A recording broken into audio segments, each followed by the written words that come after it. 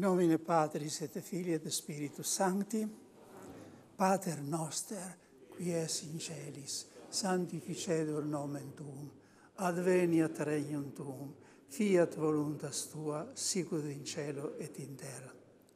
Panem nostrum quotidianum da nobis hodie, et dimitte nobis debita nostra, sicut et nos dimittimus debitoribus nostris, et ne nos inducas in tentationem, sed libera nos a malo.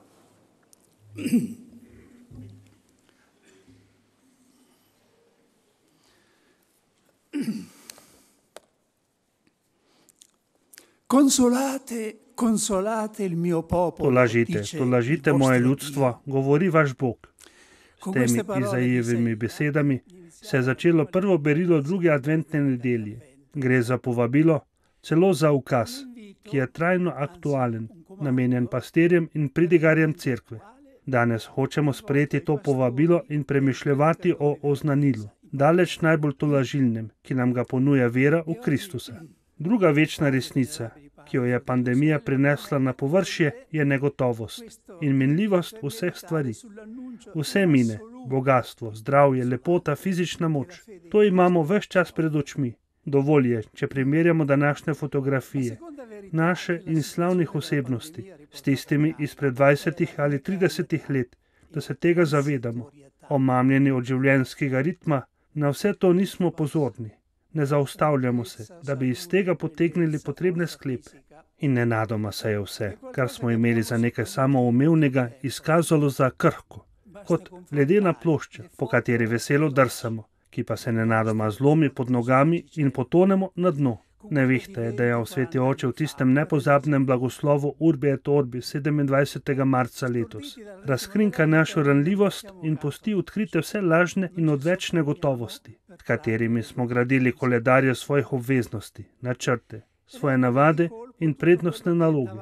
Planetarna kriza, ki jo doživljamo, je lahko priložnost, da z olajšanjem ponovno odkrijemo, da kljub vsemu obstaja trdna točka, trdna tla, celo skala, na katero lahko postavimo svoje zemeljsko bivanje. Beseda pasha, pesah, po hebrejsko pomeni prehod, v latinščini pa se prevaja transitus. Tudi ta beseda spominja na nekaj prehodnega in minljivega, torej na nekaj nagnjeno v negativno.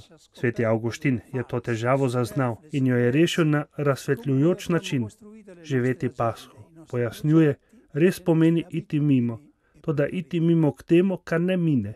Pomeni preiti od sveta, da ne bi prešli svetom. Iti mimo srcem, preden gremo mimo s telesom. Kar nikoli ne mine, je po definiciji večnost. Ponovno moramo odkriti vero v ono stran življenja. To je eden velikih prispevkov, ki jih verstva lahko prispevajo naporom za boljši in bolj bratski svet.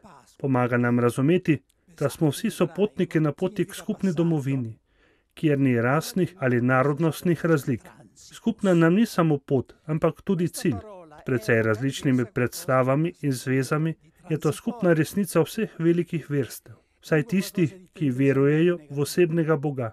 Kdor prihaja k Bogu, mora verovati, da on biva in poplača tiste, ki ga iščejo. Na ta način pismo Hebrejcem povzema skupen temelj, neke vrste najmanjši skupni imenovalec vsake vere in vsakega verstva. Za kristjane vera v večno življenje ne temelji na vprašljivih filozofskih dokazih o nesmrtnosti duše. Temelji na jasnem dejstvu, na Kristusovem vstajenju in na njegovi obljubi. V hiši mojega očeta je veliko bivališč. Odhajam, da vam pripravim prostor. Ko odidem in vam pripravim prostor, bom spet prišel in vas vzel k sebi, da boste tudi vi tam, kjer sem jaz. Za nas kristjane večno življenje ni abstraktna kategorija, ampak je precej osebna. Pomeni iti z Jezusom, postati telo z njim, deliti njegovo stanje ostalega v polnosti in o neizrekljivem veselju trinitaričnega življenja. Cupio dissolvi et esse cum Christo, je sveti Pavel dejal svojim dragim Filipljanom. Hrepenim, da bi se razrešil in bil s Kristusom. Mrk vere. Kaj pa se je zgodilo, se sprašujemo, s krščansko resnico o večnem življenju?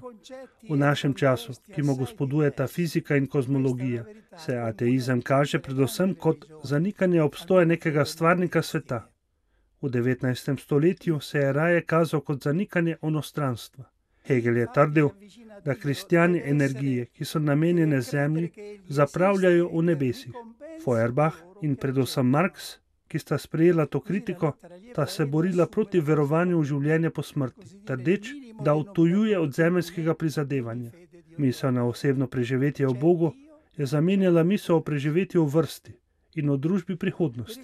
Postopoma sta z nekakšnim sumom na besedo večnost padli pozaba in molk. Sekularizacija je opravila vse ostalo, tako da se zdi celo nespodobno, da bi med izobraženimi ljudmi, ki so v koraku s časom, še vedno govorili o večnosti. Sekularizacija je zapleten in dvorezen pojav. Označuje lahko avtonomijo zemeljskih stvarnosti ter ločitev med Božjim in cesarjevim kraljestvom. In v tem smislu ne le, da ni proti evangeliju, ampak ima v njem eno svojih najglobljih korenin. Beseda sekularizacija pa lahko označuje tudi cel skupek sovražnih drž v odnosu do verstva in vere. V tem smislu se raje uporablja izraz sekularizem. Sekularizem je v odnosu do sekularizacije kot šientizem do znanstvenosti ali racionalizem do racionalnosti. Tudi tako razmejen pojav sekularizacije še vedno predstavlja veliko obrazov glede na področje, na kateri se kaže: teologija, znanost, etika, biblična hermenevtika, kultura, vsakdanje življenje. Njegov prvobiten pomen pa je en sam in jasen. Sekularizacija, tako kot sekularizem, izhaja iz besede seculum, ki v običajnem jeziku na koncu označuje sedanji čas, sedanji eon po Svetem pismu, v nasprotju z večnostjo, prihodnim eonom ali z veke vekov, kako to imenuje Sveto pismo. V tem smislu je sekularizem istoznačnica za temporalizem, za skrčenje realnosti na zgolj zemeljsko razsežnost. Pomeni korenito odstranitev obzorja večnosti. Vse to je jasno vplivalo na vero vernikov. Na tej točki je postala plaha in molčeča. Kdaj smo slišali zadnjo pridigo o večnem življenju? Filozof Kierkegaard je imel prav. Onstranstvo je postalo šala, tako nezanesljiva potreba, da je nihče več ne samo ne upošteva, ampak je niti ne predvideva več. Do te mere, da se ljudje zabavajo ob misli, da je bil čas, ko je ta ideja zaznamovala celotno bivanje. V veroizpovedi še naprej molimo. Pričakujem vstajenje mrtvih in življenje v prihodnem veku, ne da bi tem besedam dajali preveč teže. Padec obzorja večnosti ima na krščansko vero enako vpliv kot pesek, ki ga vržemo na plamen, zaduši ga, pogasi ga. Kakšna je praktična posledica tega mrka ideje večnosti? Sveti Pavel poroča o tistih, ki ne verujejo v vstajenje mrtvih. Jejmo, pijmo, saj bomo jutri umrli. Popačena naravna želja, da bi vedno živeli, postane želja ali mrzlica, da bi dobro živeli, se pravi prijetno, tudi na račun drugih, če je treba. Vsa zemlja postane to, kar je Dante Alighieri dejal o Italiji svojega časa. Gredica, zaradi katere smo tako kruti. Ko pade obzorje večnosti, se človeško trpljenje zdi dvakratno in nepopravljivo absurdno. Svet je podoben mravljišču, ki se sesuje. Človek pa risbi, ki jo je ustvaril val na morski obali, ki jo naslednji val zbriše. Vera v večno življenje predstavlja enega od pogojev za možnost evangelizacije. Če pa Kristus ni bil obojen, je tudi naše oznanilo prazno in prazna tudi vaša vera. Če samo zaradi tega življenja zaupamo v Kristusa, smo od vseh ljudi najbolj pomilovanja vredni. Oznanilo večnega življenja predstavlja moč in prepričljivost krščanskega pridiganja. Poglejmo, kaj se je zgodilo v prvi krščanski evangelizaciji. Najstarejša in najbolj razširjena misel v grško-rimskem poganstvu je bila, da se življenje konča smrtjo. Po njej obstaja samo obstoj prikazni, svet senc, bledečih in brezbarvnih. Po napisu, urezanem na njegov grob, so znane besede, ki jih je rimski cesar Hadrian namenil samemu sebi. Moja mala izgubljena in ljubka duša, spremljevalka in gostja telesa. Sedaj se pripravi, da se spustiš v kraje brezbarvne, ostre in gole, kjer ne boš imela običajnih zabav. Trenutek samo še, gledava skupaj domače obale. Stvari, ki jih gotovo ne vidiva nikdar več. Za človeka, ki si je v življenju dal zgraditi neverjetno razkošno bivališče. Obiščite Vila Adriano v Tivoliju, da se o tem prepričate. Je bila ta možnost še veliko bolj žalostna kot za navadne smrtnike. Za svoj grob je zgradil Hadrianov mavzolej, sedanji angelski grad, a je dobro vedel, da to ne bo spremenilo njegove usode, da se napoti v kraje brez barne in brez zabav. Na tem ozadju razumemo, kakšen vpliv je moralo imeti krščansko oznanilo o življenju po smrti, ki je veliko bolj polno in bolj svetlo kot zemeljsko, kjer ni več solza, ne smrti in ne žalovanja. Razumljivo je tudi, zakaj so tema in simboli večnega življenja, palma besede requies aeterna, tako pogosta na krščanskih grobovih v katakombah. Pri oznanjevanju večnega življenja se lahko poleg naše vere opremo tudi na njeno ujemanje z najglobljo željo človeškega srca. Pravzaprav smo končna bitja, sposobna neskončnega, umrljiva bitja z rojenim hrepenenjem po nesmrtnosti. Argentinskemu prijatelju, ki mu je očital mučenje glede vprašanja o večnosti, kot da gre za neko obliko ošabnosti in domišljavosti, je Miguel Unamuno, ki gotovo ni apologet krščanstva, v pismu odgovoril: ne pravim, da zaslužimo onostranstvo in ne, da nam ga logika dokazuje. Pravim, da ga potrebujemo, pa naj ga zaslužimo ali ne, in to je dovolj. Pravim, da mi to, kar je minljivo, ne zadošča, da sem žejen večnosti in da mi je brez vsega tega vse nepomembno. Potrebujem ga. Brez njega ni več veselja do življenja in veselja do življenja mi nima nič več povedati. Prelahko je reči, treba je živeti, zadovoljni moramo biti življenjem. In tisti, ki z njim nismo zadovoljni, prezira do sveta in življenja tu doli, ne kažejo tisti, ki si želijo večnosti, dodaja isti mislec, ampak nasprotno, tisti, ki si ga ne želijo. Tako ljubim življenje, da se mi zdi njegova izguba najhujša od vsega zla. Življenja ne ljubijo zares tisti, ki ga iz dneva v dan uživajo, ne da bi skrbeli za spoznanje, ali ga bodo morali popolnoma izgubiti ali ne. Sveti Avguštin je o isti zadevi povedal: čemu se veseliti dobrega življenja, če nam ni dano živeti večno? Vse na svetu, razen večnega, je prazno, je pel naš pesnik. Ljudem našega časa, ki globoko v srcu gojijo to potrebo po večnosti, ne da bi imeli pogum to priznati celo sami sebi, lahko ponavljamo, kar je Pavel dejal Atencem: kar vi častite, ne da bi poznali, sem vam prišel jaz oznaniti. Vera v večnost kot sredstvo posvečenja. Prenovljena vera v večnost nam ne služi samo za evangelizacijo, se pravi za oznanilo, ki ga moramo posredovati drugim. Še bolj služi temu, da da nov zagon naši poti posvečenja. Njen prvi sad je, da nas osvobodi, da se ne navežemo na stvari, ki minejo, da bi povečali svoje premoženje ali svoj ugled. Predstavljajmo si naslednjo situacijo. Nekdo je prejel odlog o prisilni deložaciji in mora v kratkem zapustiti svoje bivališče. Na srečo se pokaže možnost, da bo takoj dobil novo hišo. Kaj pa stori on? Ves svoj denar potroši za posodobitev in polepšanje hiše, ki jo mora zapustiti, namesto da bi opremil tisto, v katero mora iti. Ne bi bilo to neumno? Zdaj smo vsi izseljeni na tem svetu in smo podobni temu neumnežu, če mislimo samo na lepše naše zemeljske hiše, ne da bi skrbeli za dobra dela, ki nam bodo sledila po smrti. Oslabitev ideje o večnosti deluje na vernike tako, da v njih zmanjša sposobnost pogumnega soočenja s trpljenjem in preizkušnjami življenja. Ponovno moramo odkriti vsaj malo vere svetega Bernarda in svetega Ignacija Lojolskega. V vsakem položaju in pred vsako oviro sta rekla sama sebi: quid hoc ad eternitatem. Kaj je to v primerjavi z večnostjo? Pomislimo na človeka s tehtnico v roki.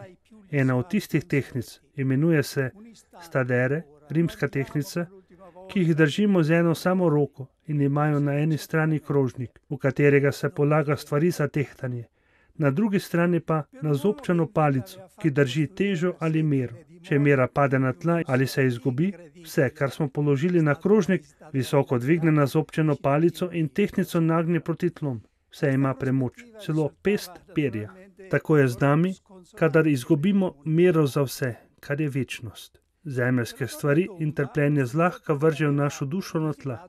Vse se nam zdi pretežko, pretirano. Jezus je rekel: če te tvoja roka ovira, jo odsekaj. Če te tvoje oko ovira, ga iztakni. Bolje je zate, da prideš z eno roko ali z enim očesom v večno življenje, kakor da si z obema vržen v peklenski ogenj. Nam pa, ki smo pred očmi izgubili večnost, se zdi pretirana zahteva. Naj zapremo oči pred nemoralnim prizorom ali naj tiho nosimo majhen križ. Sveti Pavel si je drznil zapisati: naša trenutna lahka stiska nam namreč pripravlja čez vso mero težko večno bogastvo slave, ker se ne oziramo na to, kar se vidi, ampak na to, kar se ne vidi. Kar se namreč vidi, je začasno, kar pa se ne vidi, je večno.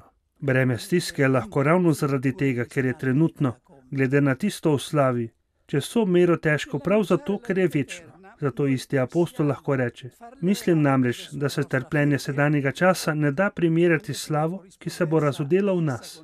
Mnogi se sprašujejo, iz česa bo sestavljeno večno življenje in kaj bomo ves čas delali v nebesi. Odgovor je v apostolovih apofatičnih besedah: oko ni videlo, uho ni slišalo in v človekovo srce ni prišlo, kar je Bog pripravil tistim, ki ga ljubijo. Če je treba kaj zajecljati, bomo rekli, da bomo živeli potopljeni v brezbrežni in brezdanji ocean trinitarične ljubezni. Pa se ne bomo dolgočasili? Vprašajmo resnične zaljubljence, če jim je dolgčas na vrhuncu ljubezni in ali ne bi raje želeli, da bi tisti trenutek trajal večno. Večnost, upanje in prisotnost. Preden zaključimo, moramo razpršiti dvom, ki bremeni verovanje v večno življenje. Za verujočega večnost ni samo obljuba in upanje, ali kakor je mislil Karl Marx, prenašanje pričakovanj, ki so bila razočarana na zemlji v nebesa. Večnost je tudi prisotnost in izkušnja. V Kristusu je večno življenje, ki je bilo pri očetu, postalo vidno. Mi, pravi Janez, smo ga slišali, naše oči so ga videle, zrle in smo se ga dotaknili. S Kristusom, učlovečeno besedo, je večnost drla v čas. To doživljamo vsakič, ko naredimo resnično dejanje vere v Kristusa. Kajti tisti, ki veruje, ima v njem že večno življenje. Vsakič, ko prejemamo obhajilo, ker v njem dobimo obljubo prihodne slave. Vsakič, ko poslušamo besede evangelija, ki so besede večnega življenja. Tomaž Akvinski pravi, da je milost začetek slave. Ta prisotnost večnosti v času se imenuje Sveti Duh. Definiran je kot poroštvo naše dediščine. In nam je bil dan, da bi hrepeneli po polnosti, potem, ko smo prejeli prvine. Sveti Avguštin piše: Kristus nam je dal poroštvo Svetega Duha, s katerim nas je, čeprav nas nikoli ne bi mogel prevarati, hotel prepričati o izpolnitvi svoje obljube. Kaj je obljubil? Obljubil je večno življenje, katerega poroštvo je Sveti Duh, ki nam ga je dal. Med življenjem vere v času in večnim življenjem je podoben odnos, kot obstaja med življenjem zarodka v materinem telesu in življenjem otroka, ki se je rodil. Veliki srednjeveški bizantijski teolog Nikola Kabasilas piše: ta svet v nosečnosti tukaj nosi notranjega, novega, po Bogu ustvarjenega človeka, dokler se ne bo oblikovan, upodobljen in izpopolnjen rodil v poln svet, ki se ne postara. Kakor zarodek, ki ga, medtem ko je njegovo bivanje temno in fluidno, narava pripravlja na življenje v luči, tako je svetniki, vendar je za zarodek prihodne življenje popolnoma prihodne. Do njega ne dospe noben žarek luči, nič od tega, kar je v tem življenju. Z nami pa ni tako, saj je prihodni vek, kot bi bil izlit in pomešan sedanjim.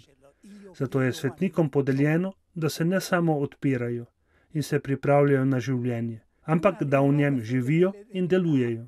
Obstaja zgodbica, ki ponazarja to primerjavo med nosečnostjo in rojstvom in si jo dovolim povedati o njeni preprostosti. Bila sta dvojčka, deček in deklica, tako inteligentna in prezgodna, da sta se že v maternici pogovarjala med seboj. Deklica je vprašala bratca: po tvojem mnenju, ali bo življenje po rojstvu? On je odgovoril: ne bodi smešna, zakaj misliš, da je kaj zunaj tega tesnega in temnega prostora, v katerem se nahajava? Deklica postaja pogumna. Kdo ve, morda pa obstaja mama, skratka nekdo, ki naju je postavil sem in bo skrbel za naju. In on, ali morda ki vidiš kakšno mamo, to, kar vidiš, je vse, kar obstaja. In ona ponovno: toda ali tudi ti včasih ne čutiš kot nek pritisk na prsi, ki raste iz dneva v dan in naju žene naprej? Če dobro premislim, je odgovoril: je res, ves čas ga čutim. Vidiš, je zmagoslavno zaključila sestrica. Ta bolečina ne more biti za manj. Mislim, da naj jo pripravlja na nekaj večjega od tega malega prostora. Cerkev bi morala biti ta deklica, ki pomaga ljudem, da se zavedo tega svojega neizpovedanega in včasih celo zasmehovanega hrepenenja. Prav tako moramo popolnoma zanikati obtožbo, ki je sprožila sodobni sum proti ideji o večnem življenju. obtožbo, da pričakovanje večnosti odvrača od prizadevanja za zemljo in od skrbi za stvarstvo. Preden so sodobne družbe same prevzele nalogo pospeševanja zdravja in kulture, izboljševanja obdelovanja zemlje in pogojev za življenje ljudi. Kdo je bolj in bolje skrbel za te naloge kot menihi, ki so živeli vero v večno življenje? Malo jih je, ki vedo, da se je hvalnica stvarstva Frančiška Asiškega rodila iz zdrgeta vere v večno življenje. Na ta način frančiškanski viri opisujejo nastanek pesmi. Neke noči, ko je Frančišek še posebej trpel zaradi svojih številnih in nadvse bolečih bolezni, je rekel v svojem srcu: Gospod, pohiti na pomoč mojim slabostim, da jih bom mogel potrpežljivo prenašati. In takoj mu je bilo duho rečeno: Frančišek, povej mi, če bi ti nekdo v povračilo za tvoje bolezni in trpljenje dal velik dragocen zaklad, ali v primerjavi s tem zakladom ne bi imel za navade nič zemljo, kamne in vodo, ali zaradi njega ne bi bil zelo srečen? Frančišek je odgovoril: Gospod, to bi bil v resnici velik in neprimerljiv zaklad, dragocen, prijeten in zaželen. Glas je zaključil: Potem bodi srečen in vesel v svojih boleznih in nadlogah, odslej živi vedro, kot bi že bil v mojem kraljestvu. Ko je Frančišek zjutraj vstal, je rekel svojim tovarišem: Sedaj se moram zelo veseliti sredi mojih slabosti in bolečin in se vedno zahvaljevati Bogu za tako veliko milost in blagoslov, ki sta mi bila podeljena. V svojem usmiljenju je namreč blagovolil, da je meni, svojemu malemu nevrednemu služabniku, ki še vedno živi na tem svetu, zagotovil, da bom posedoval njegovo večno kraljestvo. Hočem torej v njegovo slavo in sebi v tolažbo ter za vzgojo bližnjega sestaviti novo hvalnico Gospodu po njegovih stvareh. Vsak dan uporabljamo stvari in brez njih ne moremo živeti. In vsak dan kažemo nehvaležnost za to veliko dobroto in svojemu stvarniku ne dajemo slave, kot bi morali. Sedel je, se zbral v premišljevanju in potem rekel: Najvišji, vsemogočni, dobri Gospod. Misel na večno življenje mu ni navdihnila prezira do tega sveta in stvari, ampak še večje navdušenje in hvaležnost zanje, ter njegovo trenutno bolečino naredila znosnejšo. Naše sedanje premišljevanje o večnosti nas seveda ne odveže od tega, da bi z vsemi drugimi prebivalci zemlje izkušali zahtevnost preizkušnje, ki jo doživljamo. Vsaj nam, vernim, pa bi morala pomagati, da nas ne bi premagala in da bi bili sposobni vlivati pogum in upanje tudi tistim, ki nimajo vere. Končajmo z lepo liturgično molitvijo. Nebeški Oče, s svojo močjo združuješ misli in srca vernih. Podpiraj nas, da bomo vzljubili, kar zapoveduješ, in želeli, kar obljubljaš. Tako se ne bomo navezovali na ta svet, ampak si želeli pravo srečo v tebi. Po Kristusu, našem Gospodu.